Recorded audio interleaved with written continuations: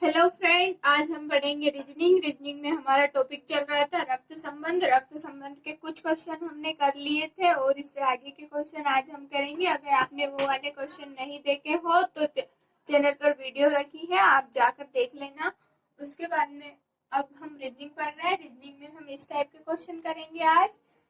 एक बार और फिर से चैनल पर नए आए हो तो चैनल को सब्सक्राइब जरूर कर लेना, ठीक है। इस टाइप के क्वेश्चन को हमेशा हम कैसे सॉल्व करते हैं, पॉइंट तक पढ़कर, यानी कि छोटे छोटे टुकड़ों में डिवाइड करके हम हमेशा लैंग्वेज वाले क्वेश्चन को करते हैं। तो इस वाले क्वेश्चन को हम डायग्राम के माध्यम से सॉल्व करेंगे। डायग्राम को कैसे बताया था मैंने, अगर पुरुष हो तो उसे प्लस से डिनोट करेंगे, महिला हो तो उसे माइनस से डिनोट करेंगे, और अगर बहन भाई हो तो उसे कॉमा का यूज करेंगे। और जो हमसे बड़े हो उसको हम ऊपर लिखेंगे और जो हमसे छोटे रहेंगे उनको हम नीचे लिखेंगे हमेशा। पी क्यू के पिता है, जो पी है वो क्यू का पिता है, ये हमें बताया। और आर के नाना है, ये और किसके लिए लगता है, हमेशा पहले व्यक्ति के लिए लगता है। जो पी है वो किसके नाना है, आर के नाना है। तो आर के नाना के लिए क्या करेंगे हम, पी क्यू के पिता है और आर के नाना है। आर के नाना के लिए या तो क्यू पुत्री होगी या फिर इसकी एक और भाई बहन होगी। तो हम यहाँ पर अभी कुछ बना देते हैं, ओ या फिर इसे ही हम लिख लेते हैं। ये यहाँ पर हमने लिख लिया, आर के नाना है। आर एस का भाई है, जो आर है वो किसका भाई है, एस का भाई है। आर किसका भाई है, एस का भाई है। यहाँ भाई बहन के लिए हमेशा कॉमा का यूज करेंगे। एस की माता टी। अब देखो एस की माता कौन है, एस की माता टी। अब एस की माता टी है तो ये इसका पुत्र नहीं होगा।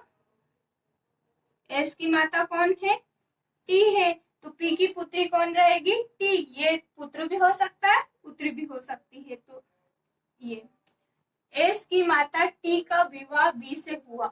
जो टी है इसका विवाह किससे हुआ, बी से हुआ। तो ये महिला है, तो ये अपने आप पुरुष हो जाएगा। टी क्यू की बहन है, जो टी है वो क्यू की बहन है, या हमें दिख ही रहा है टी क्यू की बहन है। वी का पी से क्या संबंध है, जो ये वी है, पी से क्या संबंध है। तो हमने बताया था क्वेश्चन में, जिसके बाद से लगा होता है वो वाला आंसर हमें नहीं देना रहता है, ओ का वाला आंसर हम देते हैं। तो ये क्या लगेगा, पी के दामाद, और ये लगेंगे ससुर।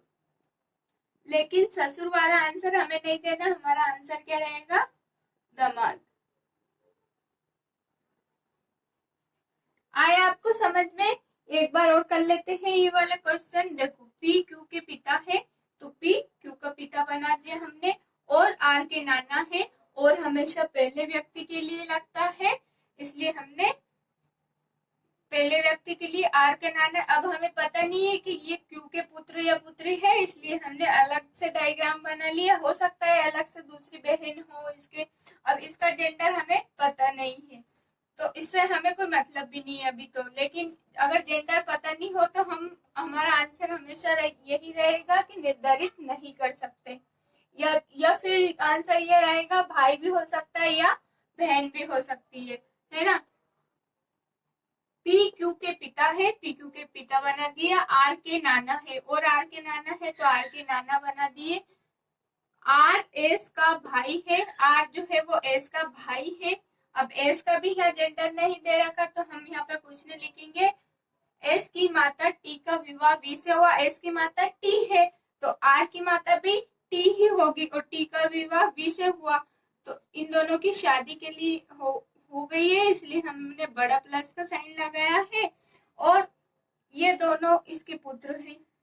वी के पुत्र कौन है, वी का पुत्र अगर पूछता है वी का पुत्र कौन है तो आर, ऐसे हमें जवाब देना रहता है। तो आई होप कि आपको ये क्वेश्चन का जो आंसर है वो समझ में आया होगा और क्वेश्चन भी समझ में आया होगा। आप अगर पहली बार पढ़ रहे हो तो क्वेश्चन को जरूर नोट कर लेना, क्योंकि ये काम आएंगे आपको। और समझ में आ जाए तब भी नोट करना है आपको आपकी कॉपी में।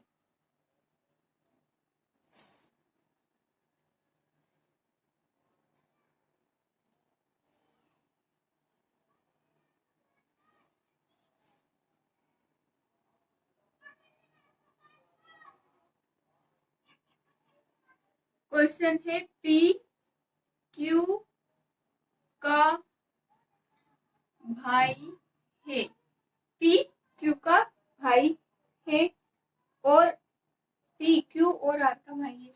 पी क्यू और आर का भाई है। पी क्यू और आर का भाई है। पी क्यू और आर का भाई है। पी क्यू और आर का भाई है। एस आर की माँ है। एस आर की माँ है। एस क्या है? एस आर की माँ है।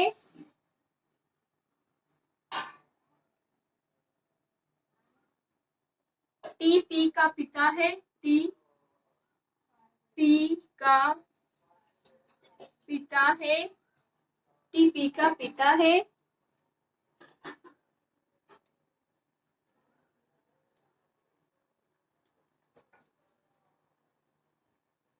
तो आर एस से किस प्रकार संबंधित है ये हमें बताना है। क्यू पी क्यू और आर का भाई है। पी क्यू का भी भाई है और आर का भी भाई है। इन दोनों का जेंडर नहीं दे रखा इसलिए हमने नहीं लिखा। एस आर की माँ है। आर की माँ कौन है? एस है। तो क्यू की माँ भी एस है। पी की माँ भी एस है। टी पी का पिता है। जो टी है वो किसका पिता है? पी का पिता है। टी किसका पिता है? पी का पिता है। ये पी का पिता टी है तो क्यू का पिता भी टी होगा। आर का पिता भी टी होगा। एस टी की पत्नी होगी। तो आर एस से किस प्रकार संबंधित है? तो आर है वो एस से वाला आंसर नहीं देना है हमें। तो ये तो आर की माता है माँ, लेकिन ये आंसर नहीं देना। अब इसको हम ना तो पुत्री कह सकते हैं ना ही पुत्र कह सकते। क्यों? क्योंकि हमें क्वेश्चन में दे नहीं रखा, इसलिए हमारा आंसर होगा पुत्र या पुत्री। दोनों में से एक होंगे या फिर कहेंगे हम कैन नॉट बी डिटरमाइंड। क्यों निर्धारित नहीं कर सकते? क्योंकि हमें यहाँ पर क्वेश्चन में दे नहीं रखा। तो हमारा आंसर क्या हो गया? ये।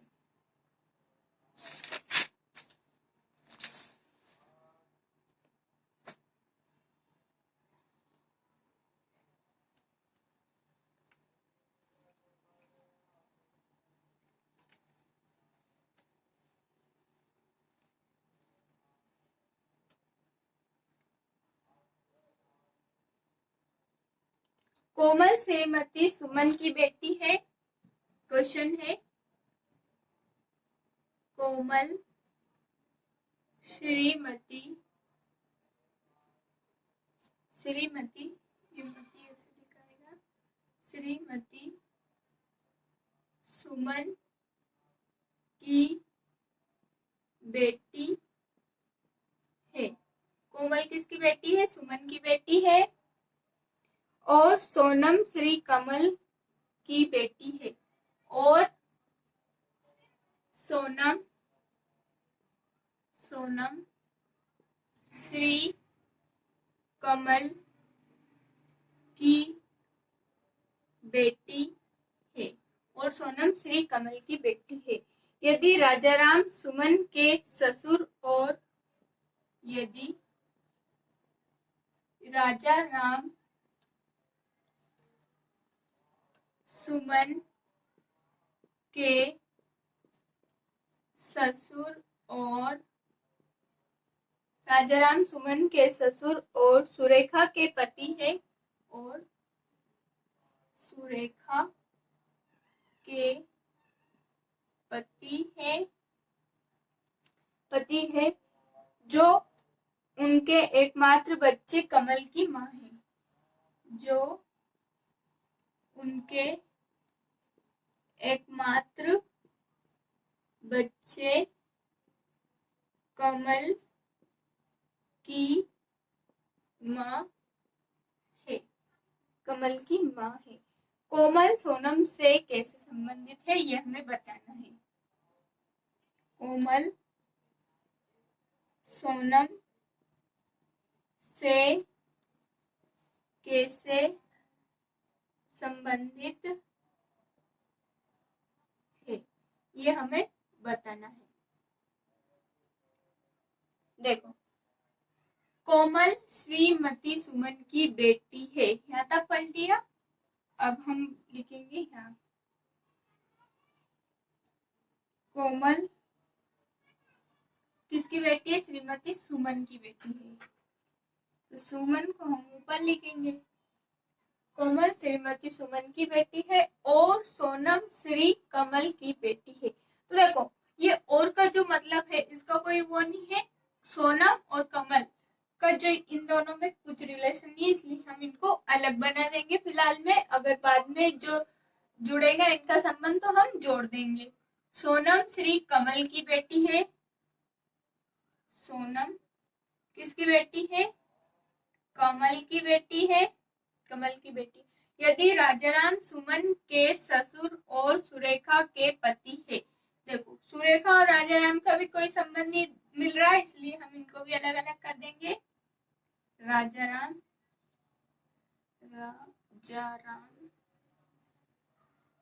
यदि राजाराम सुमन के ससुर और सुरेखा के पति है। पहले तो हम सुरेखा बना देंगे, सुरेखा के पति। इनका कोई पुत्र होगा, उसकी कोई पत्नी होगी, उसका नाम क्या है? सुमन। सुमन के ससुर, सुमन के ससुर राजाराम और सुमन की सासू कौन है? सुरेखा है। इसका पति का अभी पता नहीं चला कौन है।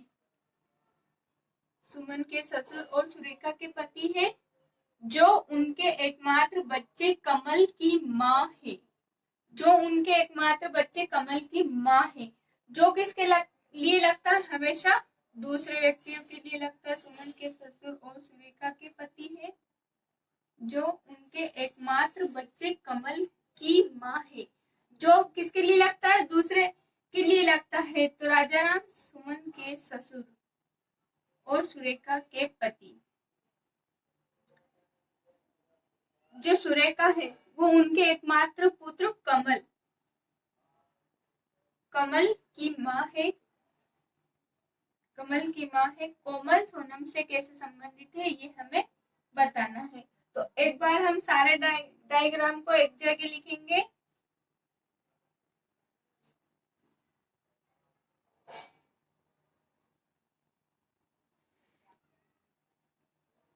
सुमन यहाँ पे बना देती हूँ, सुमन और ये है कोमल, है ना।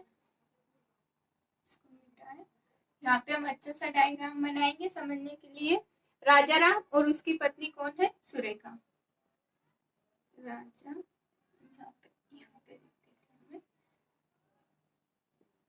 राजा राम और उसकी पत्नी कौन है? सुरेखा।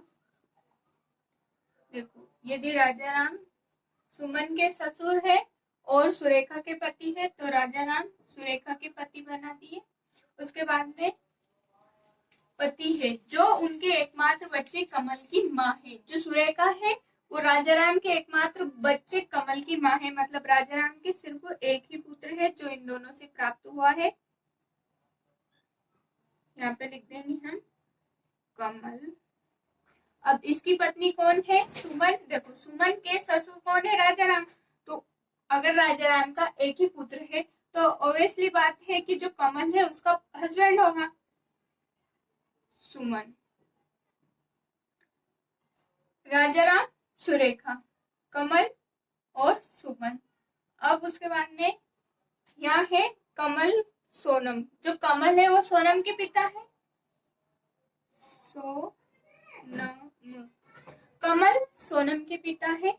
और जो सुमन है, सुमन की पुत्री कौन है, कोमल। देखो कमल और सोनम की कितने पुत्रियां हैं, दो, एक तो कोमल और एक सोनम। तो क्वेश्चन में पूछा है कोमल सोनम से कैसे संबंधित है, तो कोमल सोनम की बहन लगेगी। तो हमारा आंसर क्या हो जाएगा, बहन। हमारा आंसर आ गया।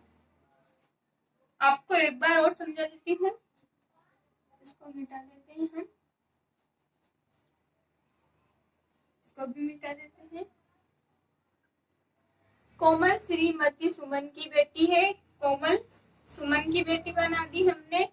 और सोनम श्री कमल की बेटी, और सोनम जो है कमल की बेटी है। फिर उसके बाद में यदि राजाराम सुमन के ससुर है, तो ये राजाराम सुमन के ससुर बना दिए हैं। और सुरेखा के पति, और सुरेखा के पति जो उनके एकमात्र बच्चे कमल की माँ है, जो ये सुरेखा है, इन दोनों के एकमात्र बच्चे कमल की माँ है। कमल का विवाह सुमन से हुआ, सुमन और कमल के दोनों पुत्रियां हैं। तो आंसर हमें देख, कोमल सोनम से किस प्रकार संबंधित है, तो ये भी बहन है, ये भी बहन है, तो हमारा आंसर क्या हो जाएगा, बहन। जैसे सोनम से, तो ये वाला आंसर नहीं देना है, ये कोमल सोनम की क्या लगेगी, बहन लगेगी। हमारा आंसर होगा ये। आई होप कि आपको ये इतना भारी भरकम लैंग्वेज वाला क्वेश्चन समझ में आया होगा।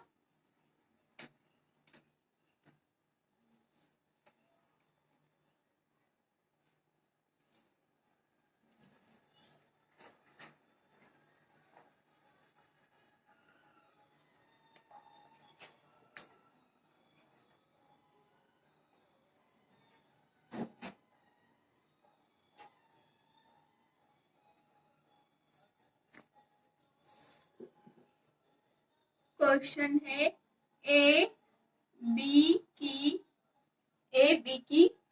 पत्नी है,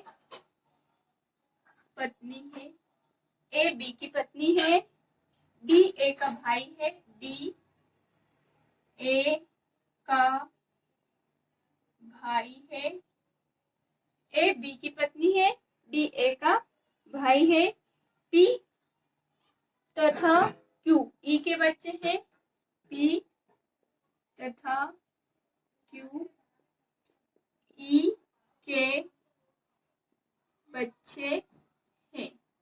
पी तथा क्यू किनके बच्चे हैं, ई के बच्चे हैं, जो कि डी की पत्नी है, जो कि डी की पत्नी है, जो डी की पत्नी है।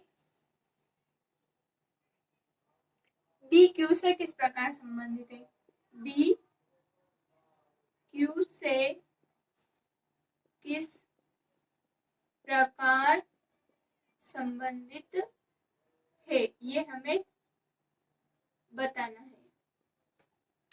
ए बी की पत्नी है, ए किसकी पत्नी है, बी की पत्नी है।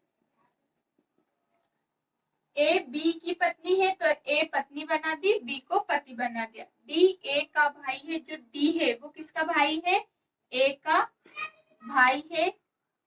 इसको हम इसी लाइन में इसलिए लिख रहे हैं कि भाई बहन हो या साला हो या साली हो, सभी एक ही लाइन में लिखाएंगे, वो हमारी जनरेशन के होते हैं इसलिए। ए बी की पत्नी है, ए बी की पत्नी है, डी ए का भाई है, डी ए का भाई है। पी तथा क्यू ई के बच्चे हैं, जो पी और क्यू किसके बच्चे हैं, ई के बच्चे हैं। तो अभी इसमें कोई रिलेशन नहीं लग रहा है, इसलिए हम अलग लिख देते हैं। पी तथा क्यू ई के बच्चे हैं, जो कि डी की पत्नी है। अब देखो ये जो ई है वो किसकी पत्नी है, ई की पत्नी, डी की पत्नी है। ई के बच्चे हैं जो कि डी की पत्नी है। तो जो कि किसके लिए लगता है, सेकंड के लिए लगता है, और पहले व्यक्ति के लिए लगता है। ई की पत्नी है। अब इन दोनों के दो पुत्र है, एक तो मतलब पुत्र या पुत्री होगी, दो बच्चे हैं, पी और क्यू। इसको हम ऐसे बना देते हैं। बी क्यू से किस प्रकार संबंधित है? जो बी है वो क्यू से वाला आंसर नहीं देना हमें। देखो ये इसका भाई, तो ये क्या है? मामा, ये मामी है ना। और ये क्या लगेंगे? फूफा जी। इनके क्या लगेंगे? फूफा जी। बी क्यू से किस प्रकार संबंधित है? तो फूफा जी लिखेंगे या फिर लिखेंगे हम अंकल। अंकल हमारा आंसर हो गया। आया होगा आपको समझ में?